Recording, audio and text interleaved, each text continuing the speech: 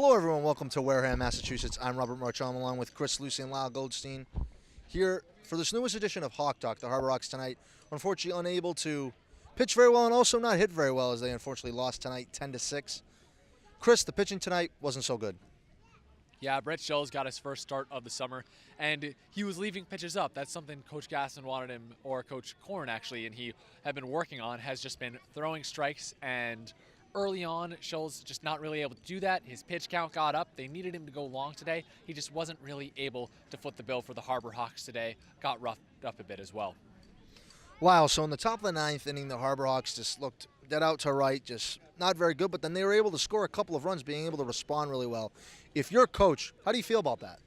Well, I think you have to feel good. I mean, you look at this Wareham ball club. This is arguably the best offense in the Cape. On paper, they're probably second. But for this Harbor Hawks team to really muster up some offense at the end, put up 6 runs in the final 2 innings, it was a little too late, I guess we should say.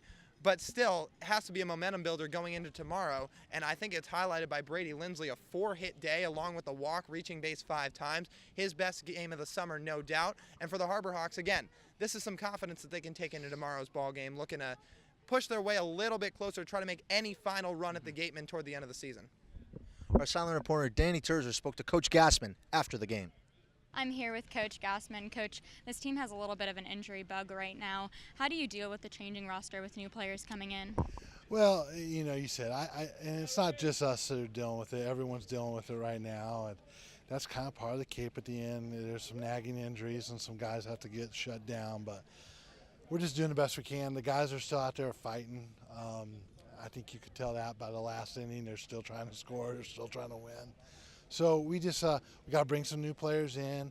We got to keep the guys we still have. Still, we have a great bunch of guys left, and we try to win a few more games here in the regular season, and then we try to make a run in the postseason. So I'm gonna keep the same composure. I think from day one to now, you just don't hit the panic button. And we've had a great season, and we're going to continue to have a great season. Well, yesterday the Harbor Hawks clinched a playoff spot, the first time since 2016. What makes this team different?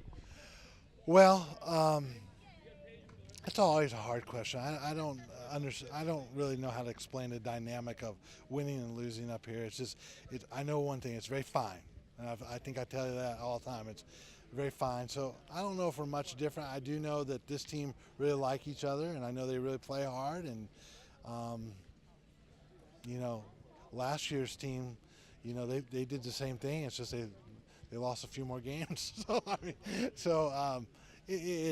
always tough, a tough question for me. But I'm just glad to be in the postseason. I'm glad we can try to make a run at this thing.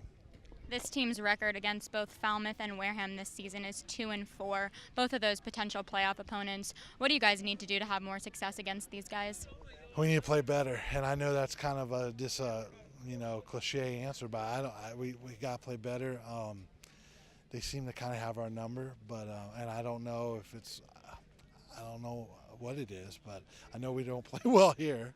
So, but I'm not sure who we'll have, but whoever we'll have, we'll just put our best effort, and hopefully we can turn it around. Thanks, Coach. Yep. Thanks, Dani. Welcome back here on the Hyannis Harbor Hawks Digital Network. Tomorrow, the Harbor Hawks are at home facing off against the Orleans Firebirds, trying to play for the 3rd time this game. Chris, what do the Harbor Hawks need to do?